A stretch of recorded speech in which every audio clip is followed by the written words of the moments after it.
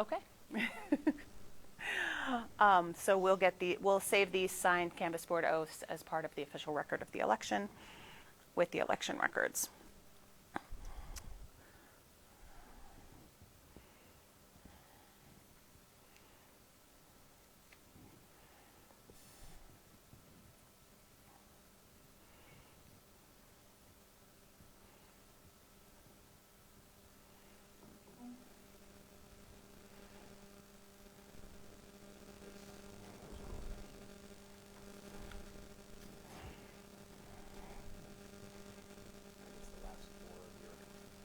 Right, or the last three would be fine.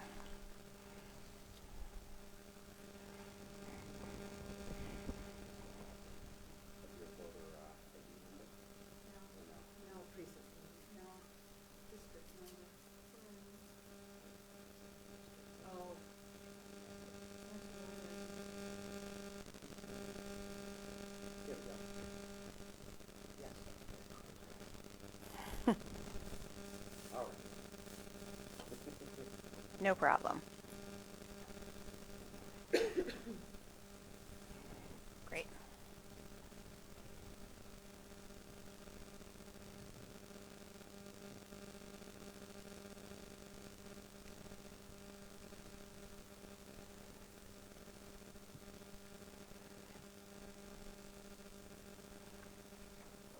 Just put it there. Great.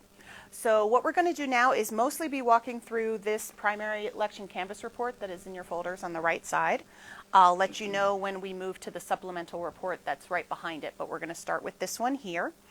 And like I said, these reports will all be put on the website after we finish here today. We'll basically walk through all the information of this packet going through. So the first part of this packet, if you turn to page 2, is a copy of the duties of the canvass board. This is basically copied directly here from the state election rules. So there's a couple main duties of the canvass board that you guys are a little familiar with since you've been appointed by your parties before. So the canvass board is required to, specifically today, we're focusing on reconciling the number of ballots counted to the number of ballots cast, and then also reconciling the number of ballots cast to the number of voters who voted. So that's what we'll be walking through from the voting systems and then from our statewide registration database. Plus, as you know, canvass board members act as an audit board appointed for the risk limiting audit, which you've already participated in earlier this week. And also, canvass board members are required to help conduct any recount. So as of today, we have no races in the county or the state that are within the statutory range for a mandatory recount. However, we have been just informed by the Secretary of State's office on Wednesday that a statewide candidate has requested a cost estimate for a requested recount. So we are waiting to hear back whether or not that will move forward as a statewide recount. We should hear in the next day or so. I will let you guys know if that's the case. And if that is the case, then we would need to participate in that statewide recount for 1 to 2 days, depending on how it happens. It would be somewhere between July 26th and August 4th. So I will follow up with all of you in the next day or two whenever we hear for sure from the Secretary of State's office what the ruling and decisions are on that. But it would, like I said, that would just be this one statewide. We have nothing here in the county that is either at the mandatory recount or have received any requested recounts.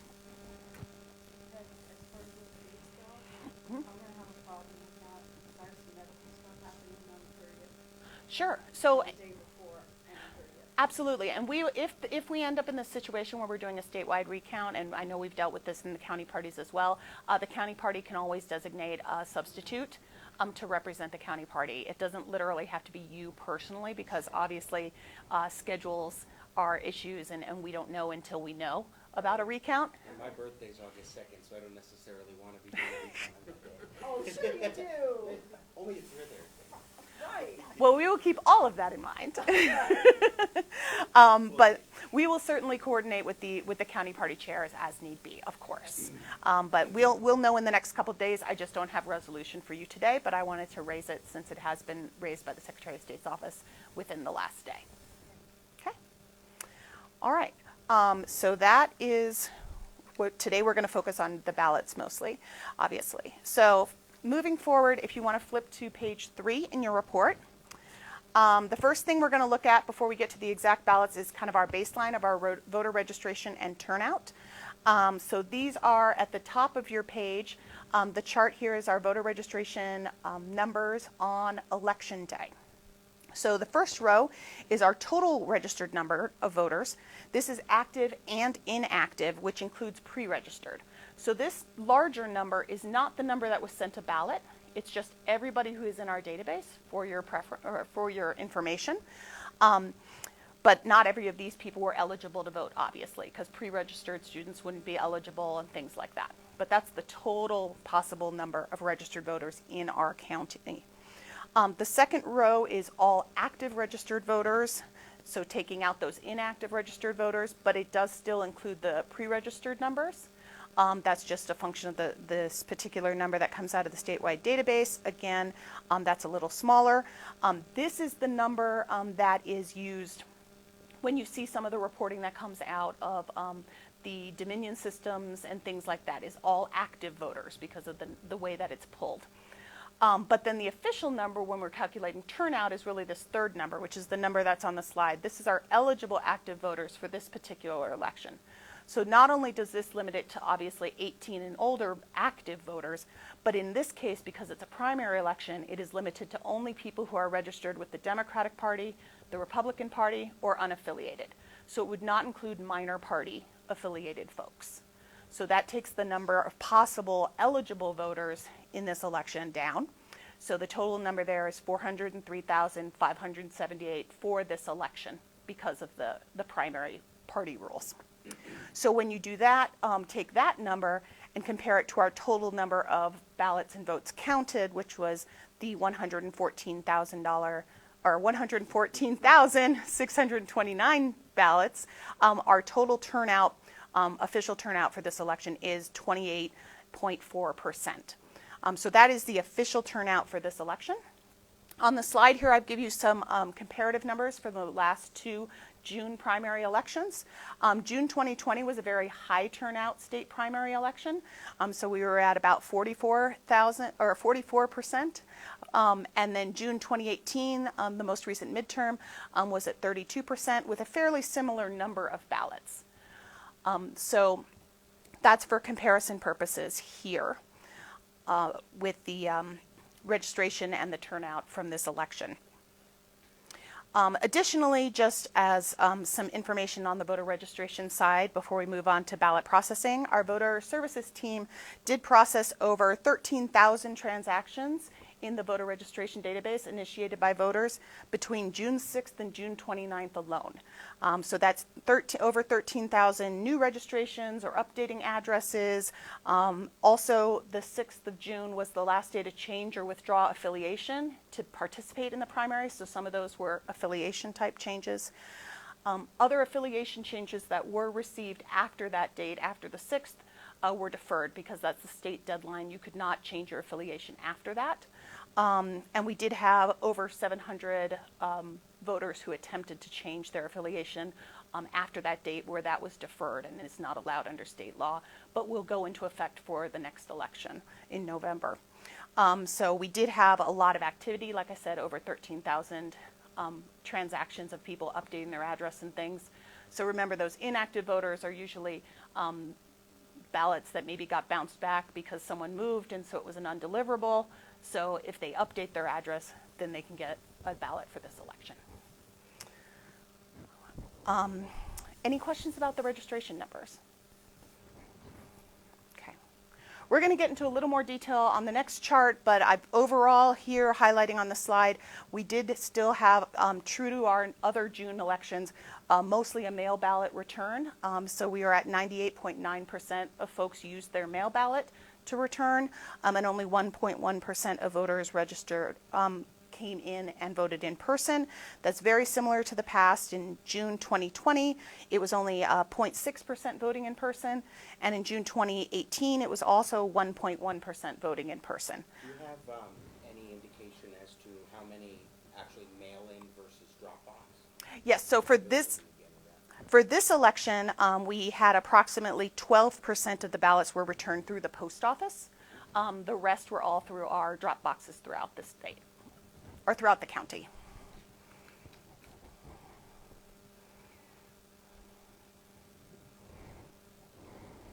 Okay.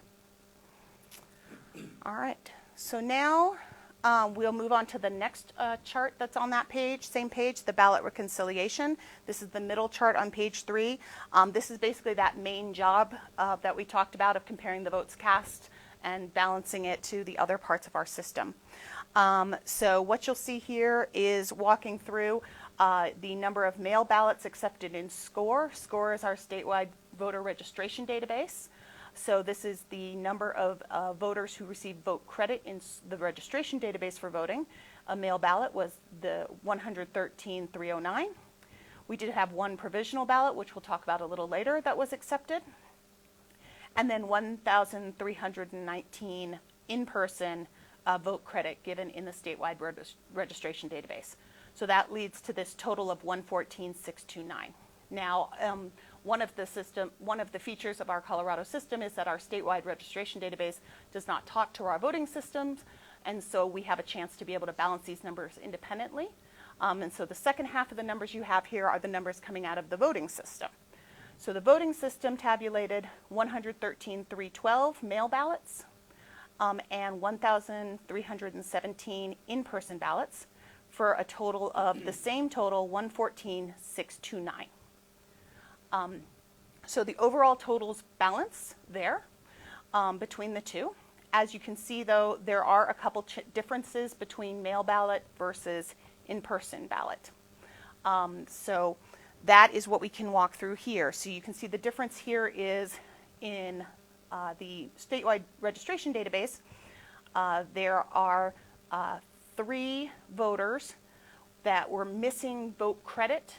If you compare the mail ballot number in SCORE to the mail ballot tabulation number, they're off by 3. So it's 309 and 312. So if you go to the bottom chart on that page, it's explaining 3 voters missing vote credit from the mail ballots. One is the provisional ballot. So the statewide database breaks that out as a separate kind of vote credit, but in the tabulation, it's actually considered a mail ballot. So that accounts for one of those. The other 2, we've done our research through the processing along the way, and we have narrowed it down to, we believe that it is one of 2 possible things that happened in an early ballot opening, because we saw not many, but a few of these things and caught them and reconciled them, but there could be one that didn't get caught, which would account for this.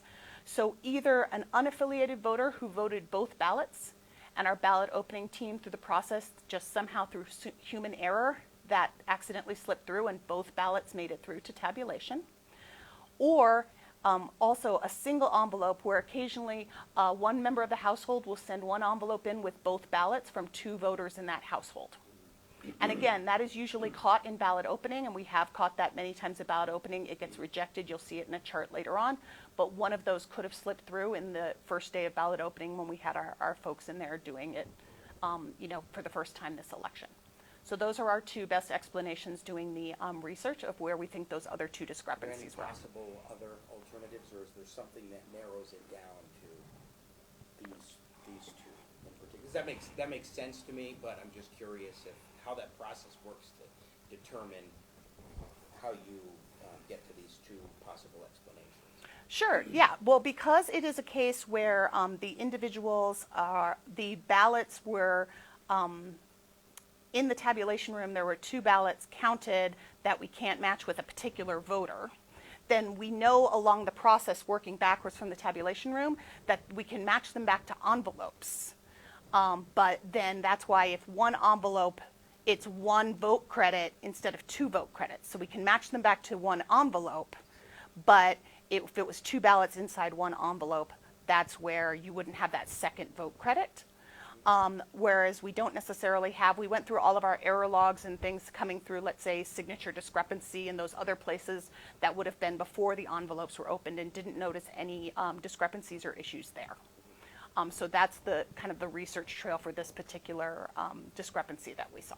Now, it's interesting to me that you can match a ballot to an envelope. So how does that work relative to the secret ballot? Because obviously if you identify somebody's ballot, you trace it back to an envelope, you can unless there's something I was missing.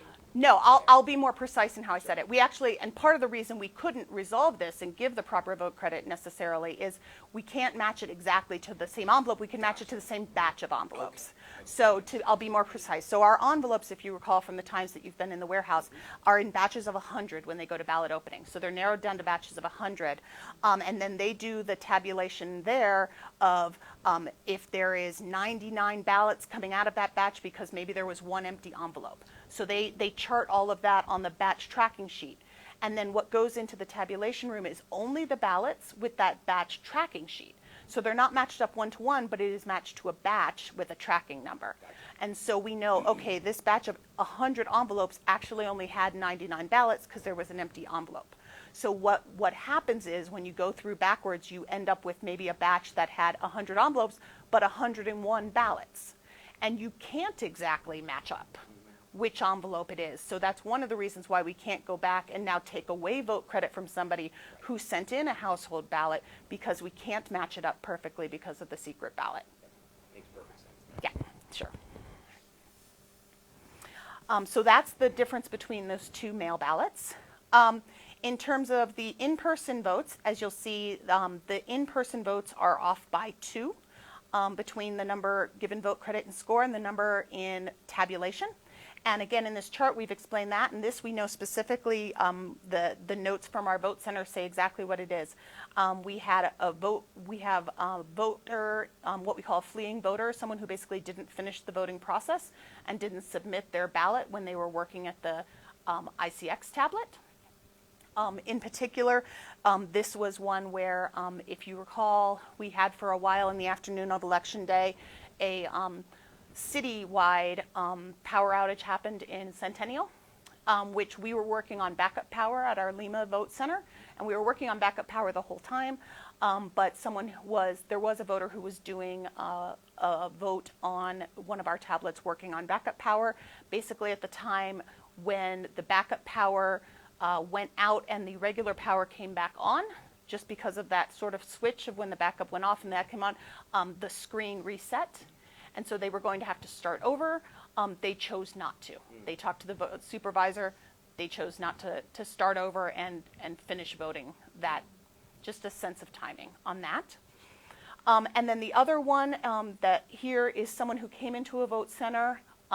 They do what happens often at a vote center, which is someone asks for what we call a to-go ballot, right? They want one of those mail ballot packets to take home, vote, and then turn in at like a Dropbox. When you do that, you're supposed to be given a certain kind of vote credit in the database, but this person was accidentally given that in-person voting credit in the database instead of a mail ballot, instead of taking a mail ballot.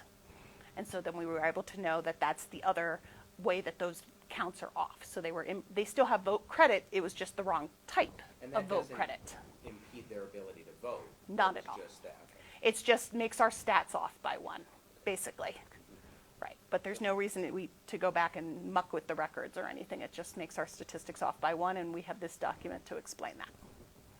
Well, the granular level of detail that our system in Colorado allows us to get is very good. Yes, and like I said, this gives us that chance to compare between 2 systems to make those balance out. It's not just comparing within the same software or anything like that. Any other questions about, so that's basically these 2 charts, the reconciliation. As you can see, the overall numbers come out exactly the same. It's just about the mail versus in-person numbers, and those were the explanations that we have for those. Any other questions about that? Okay. All right, so then we'll move on generally. That is all about ballots that are accepted, obviously.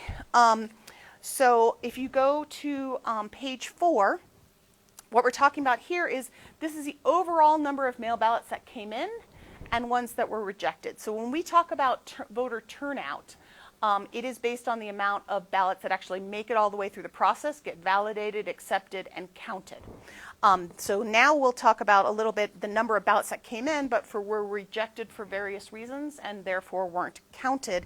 And so these are not included in the turnout itself.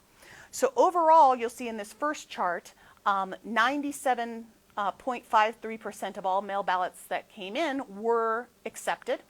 And so we have this number, 2,869 mail ballots were rejected for various reasons that we'll get into in a moment.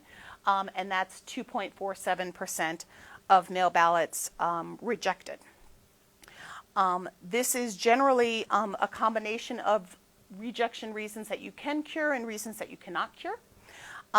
But we have similar numbers, again, in prior elections. It usually hovers around 2% for rejections. You can see here, if you go to the next chart, the canvass requirements in election law, because this is a political party primary, we do break these numbers out by political party. So you have the number of ballots returned, and these are now for the accepted number of ballots, or the number of ballots returned, rather, not just accepted, for Democratic, Republican, and unaffiliated voters. And then we also are required to give you then the unaffiliated voters who chose to vote the Democratic ballot or chose to vote the Republican ballot. And there's two ways to do that. The unaffiliated voters can create a preference ahead of time in their voter registration profile and say, hey, only send me one. Or they can leave that blank without a preference and be sent two. And so if they are sent both ballots, the Republican and Democratic ballot, I have here on the slide, and I have an example right here exactly, we have instructions on the instructions itself as well as on the envelope that you get two ballots, but you can only vote one. And so the choice here of which one they sent back is what's included in these totals. They chose to vote the Democratic ballot or they chose to vote the Republican ballot when they sent that back. So then the last chart on this page are the various reasons why they were rejected. So keeping with the discussion of unaffiliated voters, you'll see that the largest category is some of these are ones that you cannot cure, and this is one that you cannot cure. The largest at the bottom that says voted more than one ballot, which is a total of 1,622, is basically unaffiliated voters who sent back both and voted on both. And so that is not curable, that's not fixable in any way. That just means neither one counts, which is what we tell them in the instructions and what the envelope says and everything else. And so that is a slightly higher number than we had in 2020. But again, we had people the same way in 2020 who voted both. Now, I would assume that the likely explanation for Republican Democrat coming in, and that's only 18 total, is that maybe they had a spouse or somebody else who they were like, oh, I'll just put us both in our envelope and then we'll get in because you're talking voting more ballot. Right. That would be that other type of circumstance. Sure. So the other items in this rejected category that are not fixable or not curable, voted wrong ballot. The 11 that voted wrong ballot, I can tell you the example for that is we had a couple different things. Some people actually returned their November 2021 ballot inside this envelope for some reason. Guess they had it at home and decided to turn it in. Didn't that happen last time? Yeah. Every election, there's somebody who turns in an old ballot. So that's it. We also had in this particular voted wrong ballot category, you'll see the numbers don't look like they add up. If you add Republican, Democrat, and unaffiliated, it doesn't add up to 11. That's because that is where we had some minor party folks who attempted to change their affiliation back and forth right around the deadline and be able to vote a ballot that wasn't actually what they were affiliated with. And so that is caught in the process, and those are not counted. That's considered voting wrong ballot. Obviously received after 7 p.m., those are not counted, and that can't be fixed. So that's another category that can't be fixed. And then the 2 ballots in 1 envelope is just one of them, but that also could be somebody who sent back multiple ballots, either from this election within a household, or sometimes this election and an old one put together in the same envelope, something like that. And for the missing ID one, I would guess that it's missing ID when it's required, because we don't always require ID. Right, and we'll get into that a little more in the next slide, but yes, that is one of the ones that you can cure and fix. So missing ID, signature discrepancy, and no signature are the three that we're going to get into next, which are ones that are curable, that can be fixed.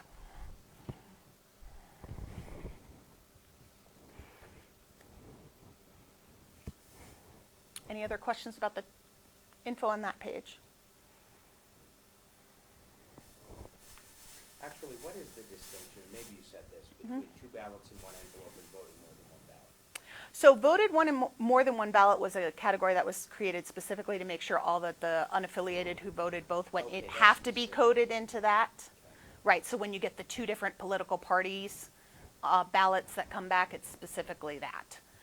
So the other one that's a random one up there, that, like I said, that's probably something where it is two different ballots from two different elections, or two of the same party but from the same household.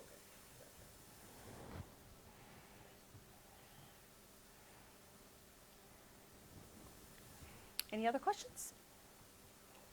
Okay. So what we're going to do now is actually that second one-page report that's right behind it in the supplemental report that is in your folder that was right behind this big one.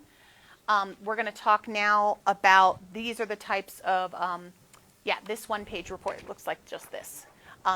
We're going to go through these charts on the front page here, which is the types of cures that you can do.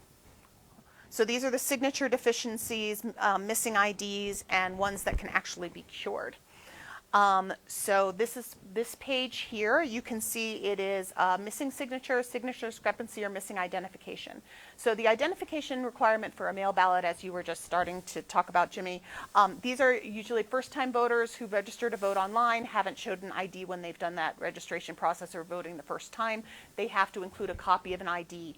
They actually have specific instructions on their instruction sheet. I don't have a sample of it, but in big red letters says you must include a copy of one of these IDs in with your ballot. So if that comes back and we don't have that ID, then it gets sent back for a cure to send a copy of the ID back in. So we had a total of 1,235 letters who were sent out to voters for these three categories to try to fix something that was wrong with their ballot. And as you can see, about 31.58% was actually cured by the voter, where they did send back the affidavit and the ID that was required to cure. The other ones were remained uncured. If it doesn't get cured by a voter, it remains sealed. It's never opened. So we don't know any other information about those that are sealed.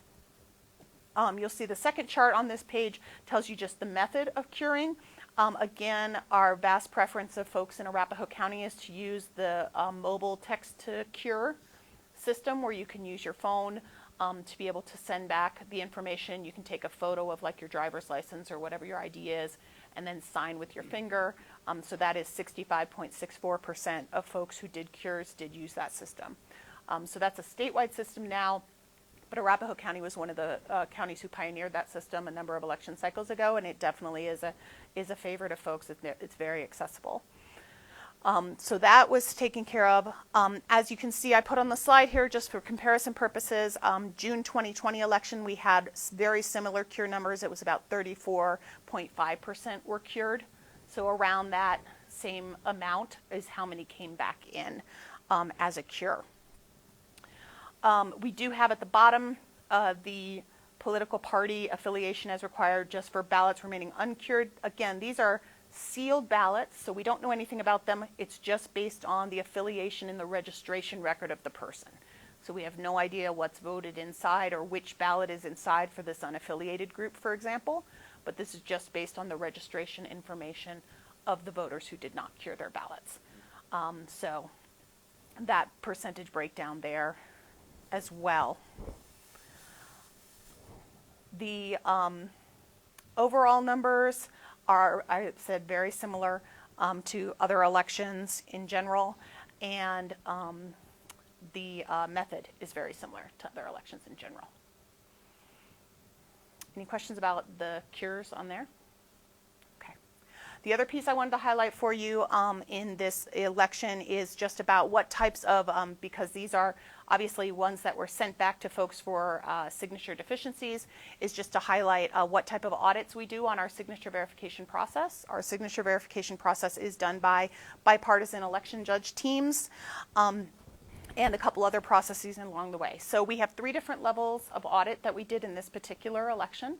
So first, we do a daily ASR audit. ASR is basically the days that we use the first cut of automatic signature recognition software, which is a very small percentage of when the digital signatures line up perfectly. But we do a daily audit where our bipartisan supervisor teams, they're required by rule to check at least 1 out of every 50. We check 1 out of every 36. So 1 out of every 36 signatures daily that is accepted through that program, we have our human team double check and make sure that they agree with. They have 100% agreement. If they ever disagree with 1, we turn off the software. We do not run that software on election day. It's just faster and smoother to do the process with all of our trained judges, but we do it in the earlier processing stages. So that's the first audit that we do. The second audit that we do is we do a daily performance audit, and this is basically our supervisor judges who are, again, bipartisan teams, go through and can pull daily statistics of every election judge who's doing signature verification, look at their daily rates of acceptance and rejections, make sure there's no outliers in terms of how many they're doing per hour. If somebody was doing too many an hour, their rate was too high, it wouldn't mean that they weren't actually paying attention. They were just hitting yes, yes, yes, or no, no, no. So they check those rates. They also check the acceptance versus rejection rates against what's expected and what the rest of the team is doing. And they do that daily as a performance audit, especially to make sure that if there's any training issues or trends that they see that need to be addressed as training in the room. So they do that every day. And then the third audit that we did this election is we participated in a pilot with a working group with some other counties. It was a County Clerks Association, Secretary of State's, and major political parties working group to do a pilot for kind of an extra audit type of for signature verification. And what we did in Arapahoe County is basically daily, we pulled just a random sampling of 0.5% of all of the ballot envelopes that went through signature verification. So whether they went through the program or the humans, whether they were accepted or rejected, we just randomly mixed them up and pulled 0.5% of a random sample for each day, and then had an audit team basically redo the signature verification analysis on that group. They didn't see what the original determination was.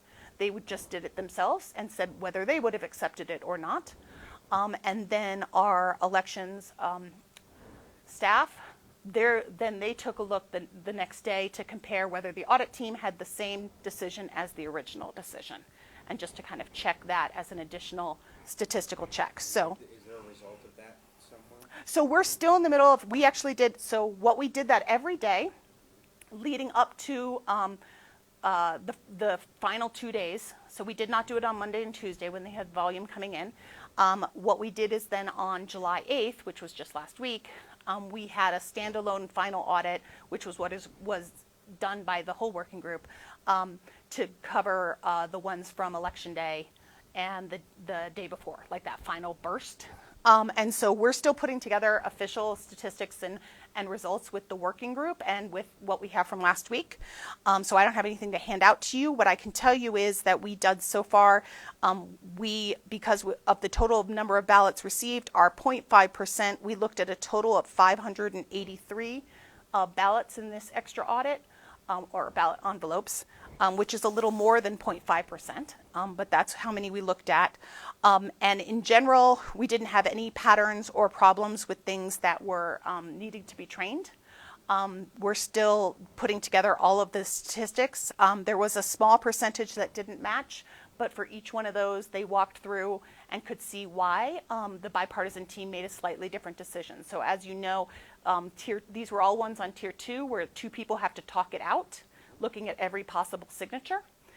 So for the ones that then when you have a different team of 2 different people who talk it out, and they came to the opposite decision. And then we looked at it and talked with the teams and could see, yep, we were on the fence about that too. So we didn't see anything that was not that type of situation.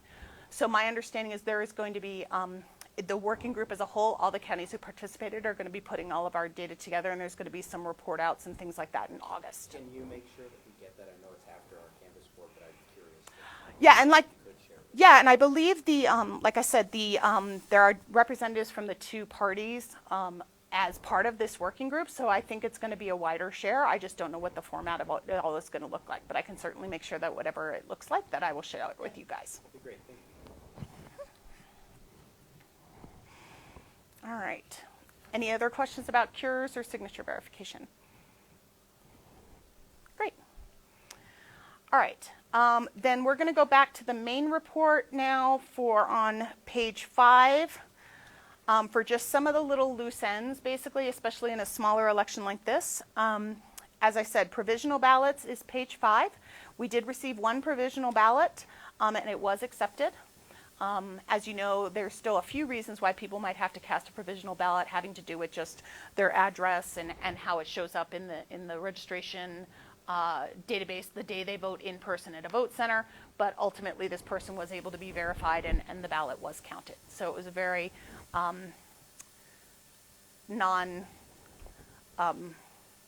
didn't generate a lot of provisional ballots in this election, just the one, and it was accepted afterwards. If you then turn to page 6, duplicated ballots. So again, we had a very low number of duplicated ballots this whole election. We had 330 total, and you'll see 216 of those were basically our overseas voters who transmitted it through the secure ballot portal and therefore have to be duplicated. So we're really looking at a much smaller amount that had to be duplicated because of damage. The machine damage category is usually the first pass in, the Agilis or something along the way has maybe ripped the envelope a little too much or ripped a corner of a ballot through the process somewhere along the way. Voter damaged means it came to us with coffee stains or chewed by a dog or whatever it is that came to us from the voter.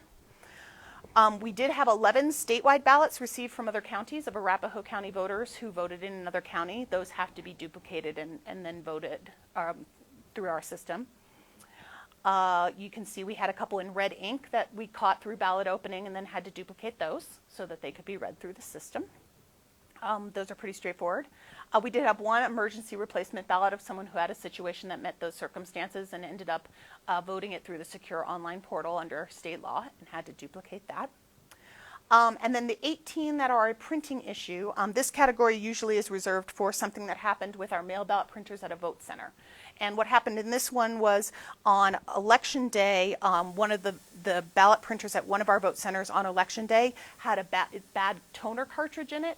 And so the candidate names and the part that the voters filled in were fine, but the titles for each, like where it says, let's say, U.S. Senate or whatever, were printed too dark such that the computer couldn't read it.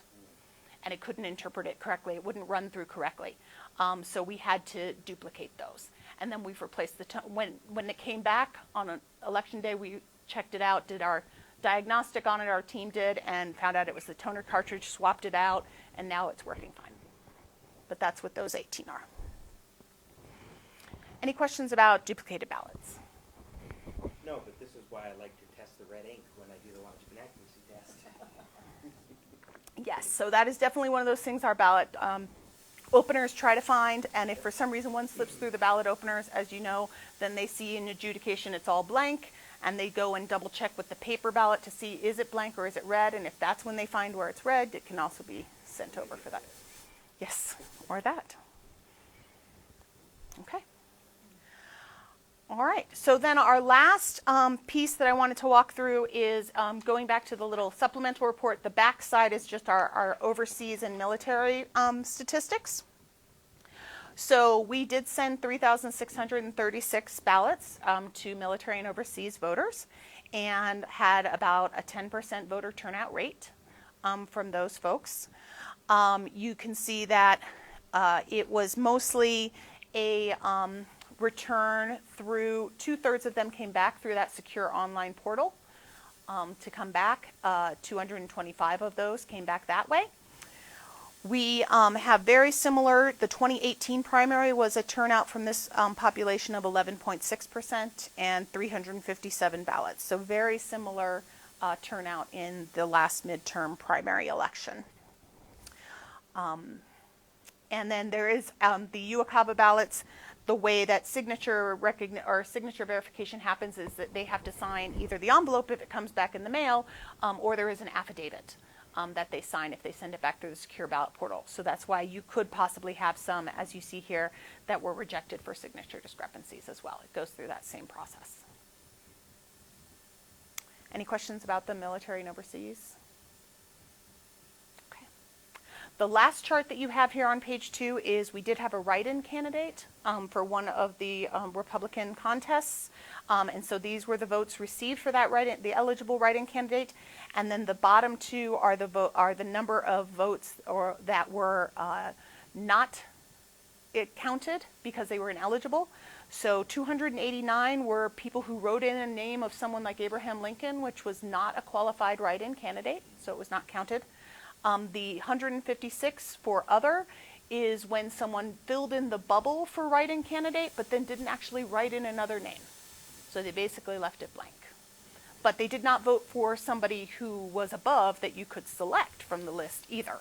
So they did technically cast a write-in vote, but it was blank. So it's Considered an overvote if they would have filled. Would it be considered an overvote if they filled in both and left the write-in blank? Would that be considered an overvote? in the state voter intent guide, I think that they have to look and see what the pattern is on the ballot, and there's a couple things to double check on that if you're filling in the write-in. Yeah. So, but that's what those are for the write-in statistics. Okay. All right. Before we go to the final official reports, I just have a couple of other stats I just wanted to give you guys just with new projects that we were doing in this election. So first, we had our confined voter program at the Arapahoe County Detention Center. For many years, we've been providing ballots to folks in the detention center, delivering mail ballots in and receiving mail ballots back. We were finally able to do our first in-person voting in the detention center on Election Day. We worked with the Sheriff's Office, and that was for employees as well as folks who are in the confined voters in the detention center. So we did have, like I said here on the slide, 23 mail ballots came back and 19 in-person voters on final Election Day. So that was we worked with the Sheriff's Office. We'll be doing that again this November. We also received registration forms from folks in the detention center, some of whom were for other counties. And so the way that works is that we pass those on to the other counties so that those other counties can mail in the ballots that are applicable to those folks. So these would be Arapahoe County voters. We did issue 9 statewide ballots in our in-person voting. So those are people who are in our detention center, but maybe are actually a Denver voter or an Adams County voter or something like that. But they were able to cast a statewide ballot with our in-person voting on Election Day there in the detention center. So we did that, and then we passed it on to the appropriate jurisdiction to be counted as a statewide ballot. And like I said, this program, the location set up in there was not open to the public, but it was open to the employees of the Sheriff's Office who work in the detention center as well.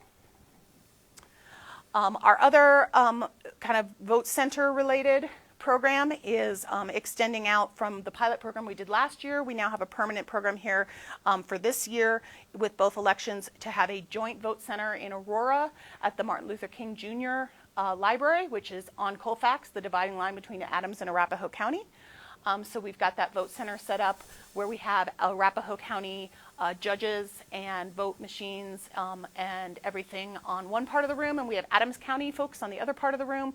So anybody from Adams County or Arapahoe County can vote at that same location right there on Colfax. It's the first in the state. How many days was that available? It was open for all the days, so all 8 days of voting for this particular election.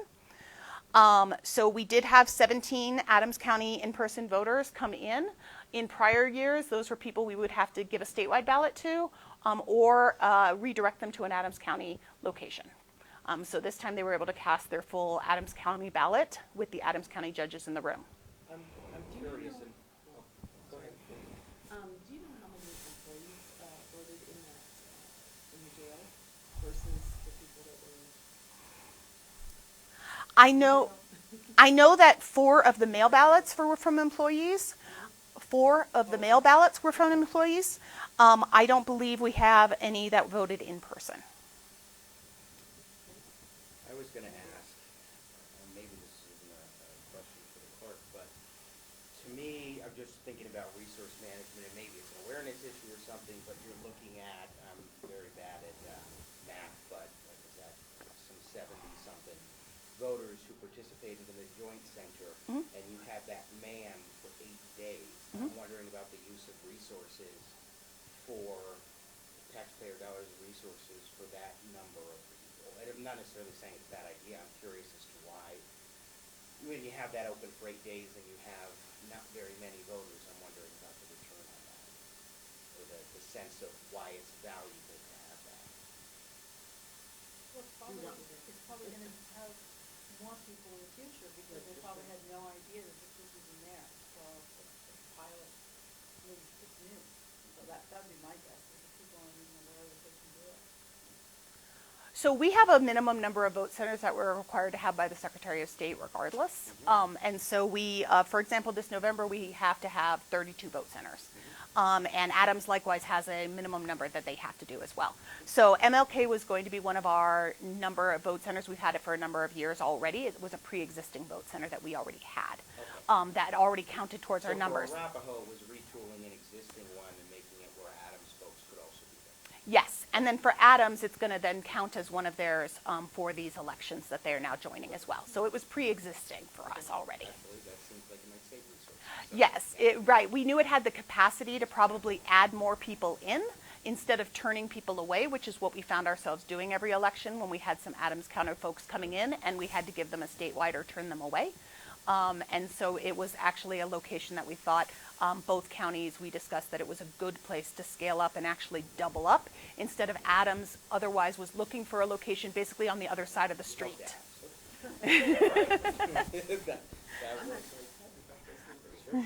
I mean, that makes sense when every you're looking vote at an counts, for overlap. sure. Well, of course, of course.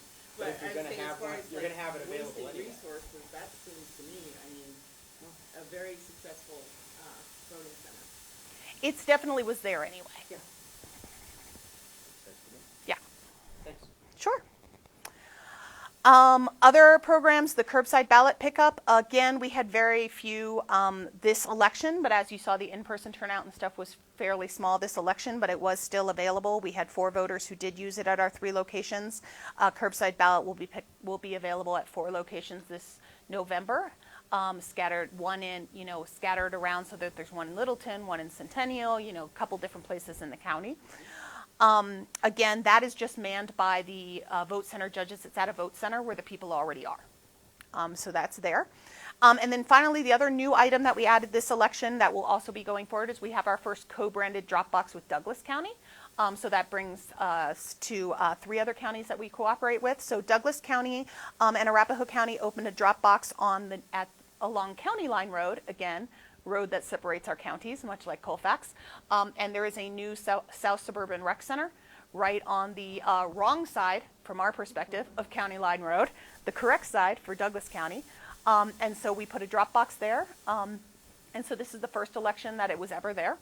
And so we got voters obviously dropping their ballots off in there for a brand new Dropbox, both Douglas County and Arapahoe County. And I just have the numbers here to show you that definitely we have Arapahoe County people using it as well, even though it's technically on the wrong side of the road. So it's on a major road there, which is great because it's also a major commercial road where there's not a lot of places to put drop boxes. So we're very excited about that one going into November. That'll be one of our drop boxes co-branded for November and future years as well. So is that like in front of the rec center? Yeah, so actually it's in the parking lot of the rec center. They literally, when they designed the parking lot and built out the medians in the parking lot, they built a drive-through for us off on one side of the rec center. So it's a little semicircle that you can drive through with your car and put it right in there. But you can also walk up to it, and it's ADA accessible as well. Is it, so co-branded as in one Dropbox that you could put both, and then how are they sorted out? Does that go to the facility, or is it there that the election judges will separate them and say, this goes to Arapahoe, this goes to Precinct? So with all three of the counties, Denver, Adams, and Douglas, that we have co-branded drop boxes with, we have a intergovernmental agreement. And so whichever county the box is in, so in this case Douglas County, that county's bipartisan team goes out and picks up all the ballots, takes them back to their secure central count location, does all the sorting there. We don't want to be sorting things on the sidewalk. And then we set up a daily swap where their bipartisan team and our bipartisan team meet up and swap with sealed, drop boxes back and forth. That's right.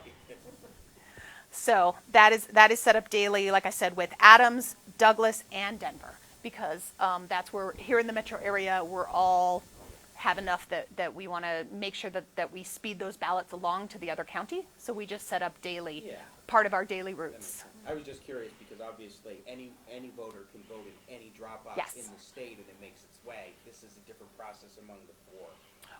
Right, mostly to work out all those logistics and to make it happen very speedy.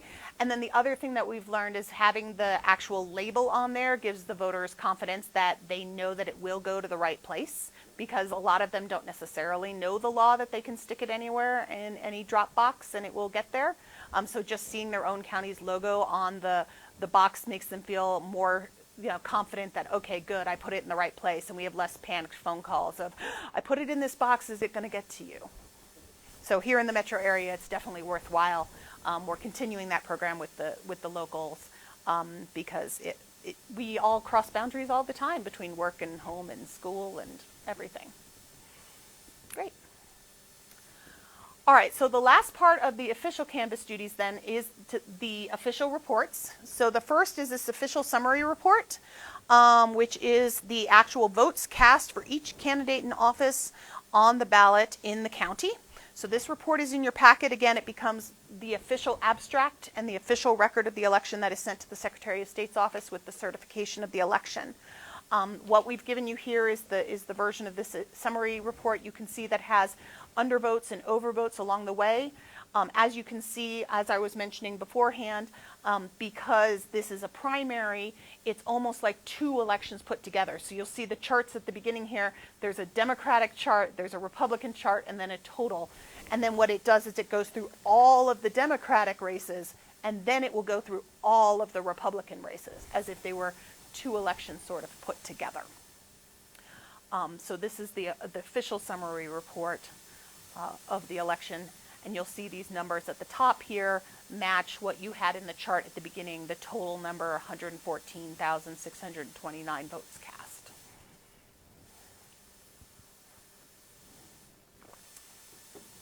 So if you want to take a minute to look at this, and if you have any questions about the report or any of the headers, this will all be on our website afterwards. And Why does it say times cast? What is that? I'm curious of the terminology. I don't know why it used the word times cast. I don't know. Okay. It's not a big deal. I'm That's just a curious. programming decision. I don't know that one. That's fine. Yeah. Yes, exactly. Yes, like right. I don't. Well, Yeah, the votes cast that are counted. If you look at undervotes. yeah. Then, like I said, this breaks out your undervotes and overvotes as well. So.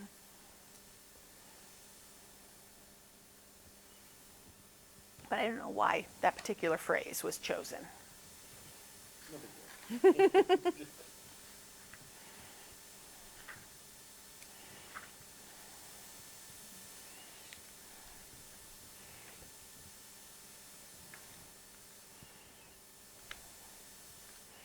And these are basically listed in here in ballot order. So it starts with the federal offices and then state offices, and then it goes down to the county offices are last.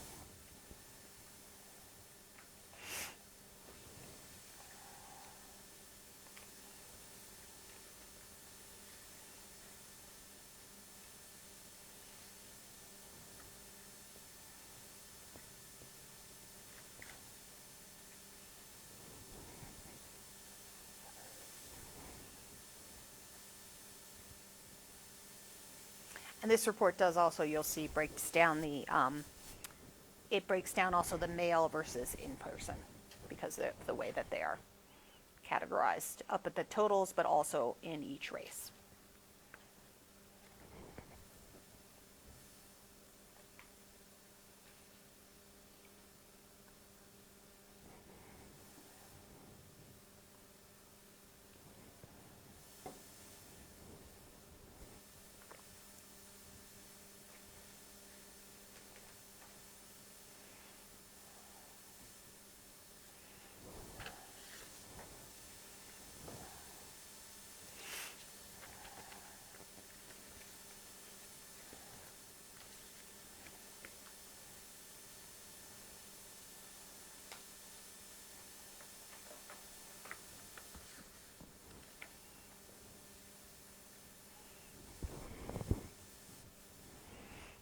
Any questions on this one?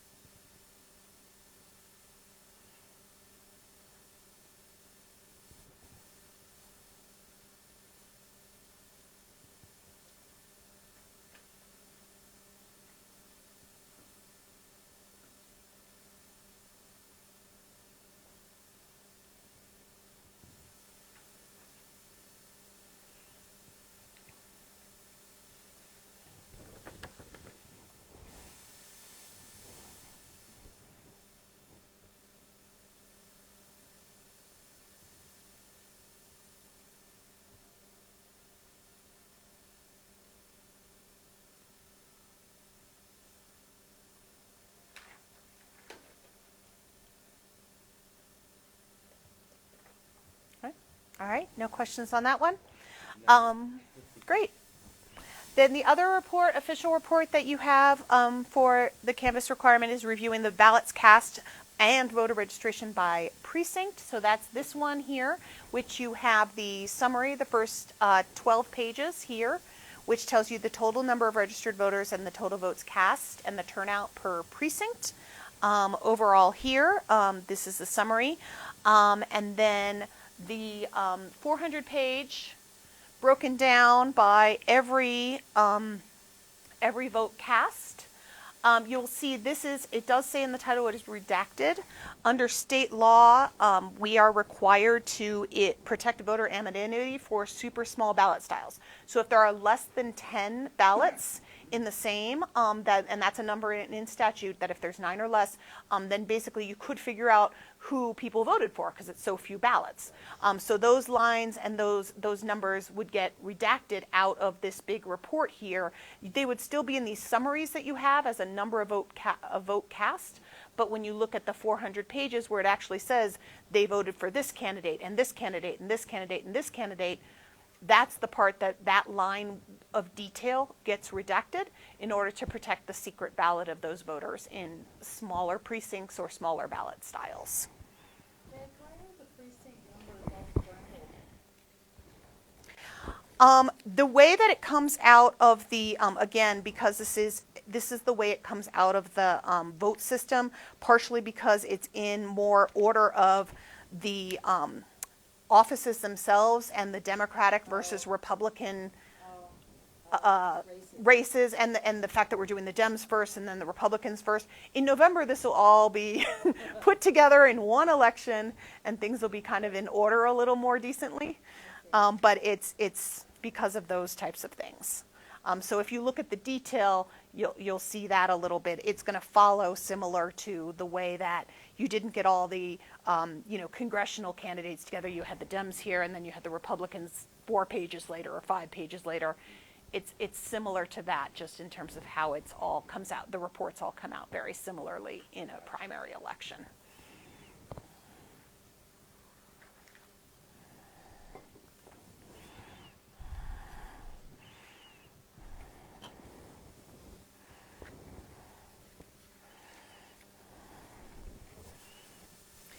So this particular document, like I said, is part of the packet, the Canvas board packet that'll be on our website. The other things we do in terms of turnout per precinct and vote results by precinct, just as additional information for folks in Arapahoe County, is later by August or so, we will have on arapahoevotes.gov, our interactive map will be updated, if you've looked at that.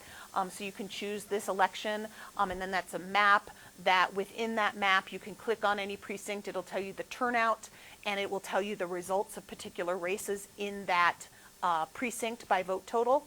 So that information all goes into that display once we're done with all this certification. Yes, all this certification and everything. Okay. If people want to use that. Go for it. Yep. Well, I've been able to look through it, so I'm not going to Okay. look diligently. And that interactive map, as you guys know, it goes back, about 10 years or so worth of elections. So you can go to prior elections and see that information represented as well. So this will be added to that by sometime next month.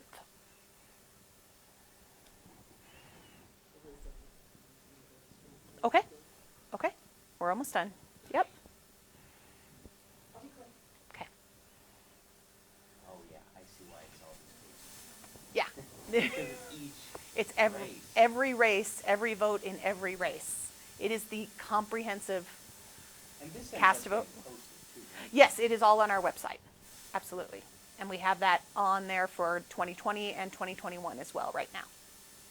Yes. Just with the redactions, you'll see some places where things are redacted because of those small numbers, the 9 or less.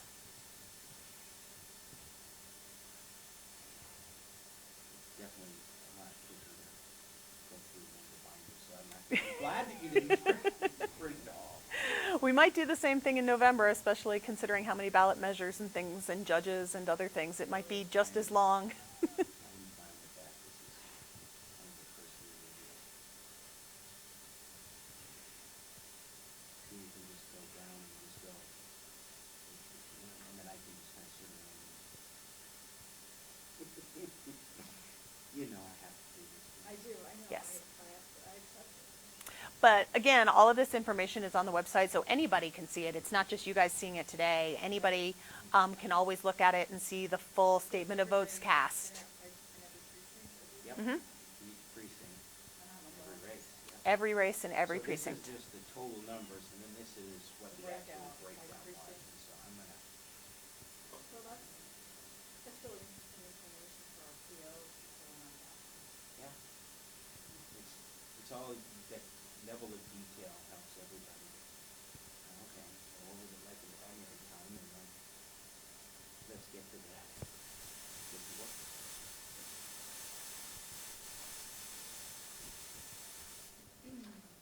Now, this is nice and easy. We're now getting to the state legislative races, and so you have far fewer precincts that are listed. Right, they're smaller districts. Right. No, that's fine. Give a look at my. Is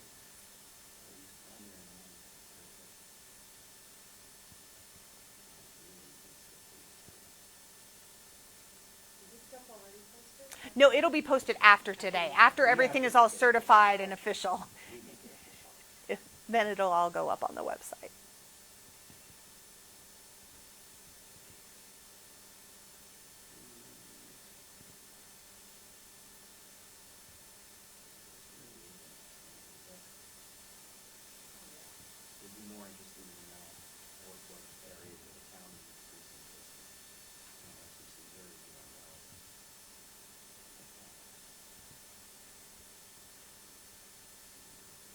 So the last 3 digits of the precinct, at least give you some idea, because the first number, like the 1, 2, or 3, is a commissioner district.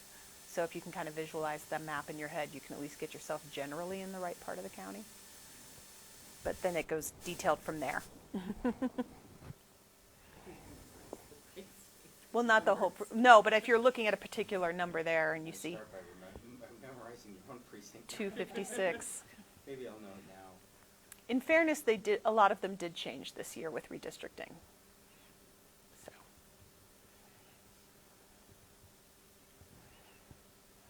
What did your precinct count? I'm not saying where Yes. Well, I would just help you remember it next time. Oh, yes, no, repetition. Repetition is helpful. I say that now.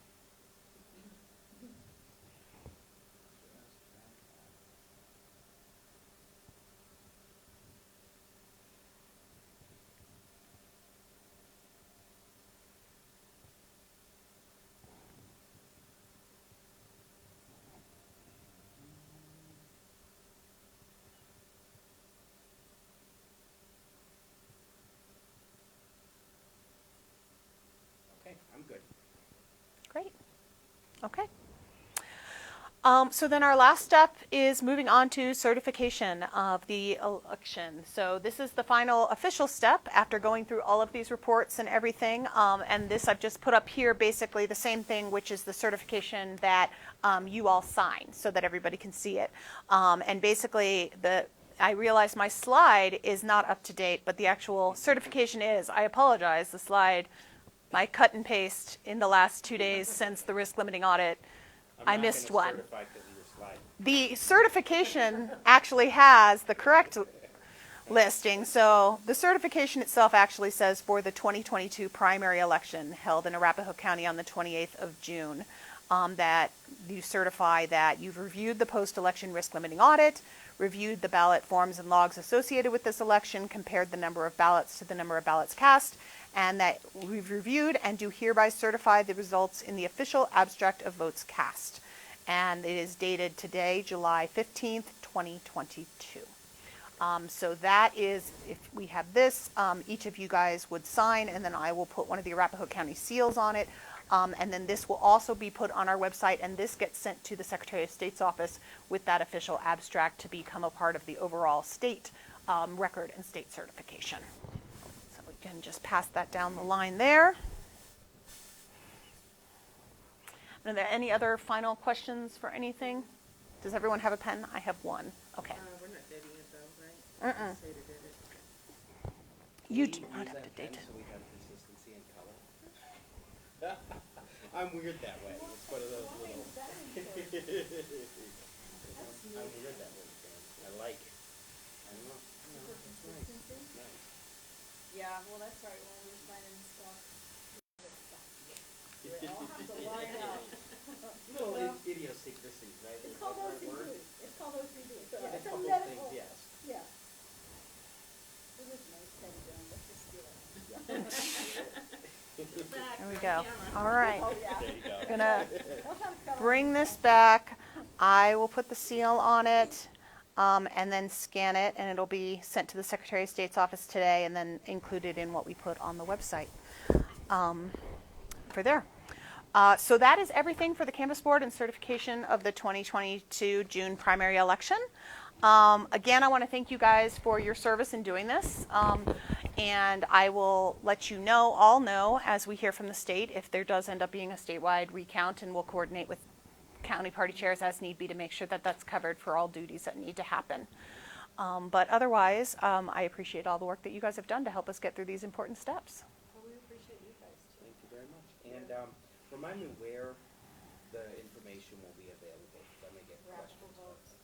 There's Sure. a page on there. Yes, so if you go on arapahoevotes.gov, the very front page, and right there on the front page, there's sort of 3 big buttons in the middle of the front page. One of them says like election results, one says register to vote, the other says in the middle election transparency page. Click that. That's where all of these documents go. Thank you very much. Great. Sure thing. It's always Thank you, fascinating. everybody. All right, great. And that'll end the primary election for us in Arapahoe County. So Thank you all and have a great weekend.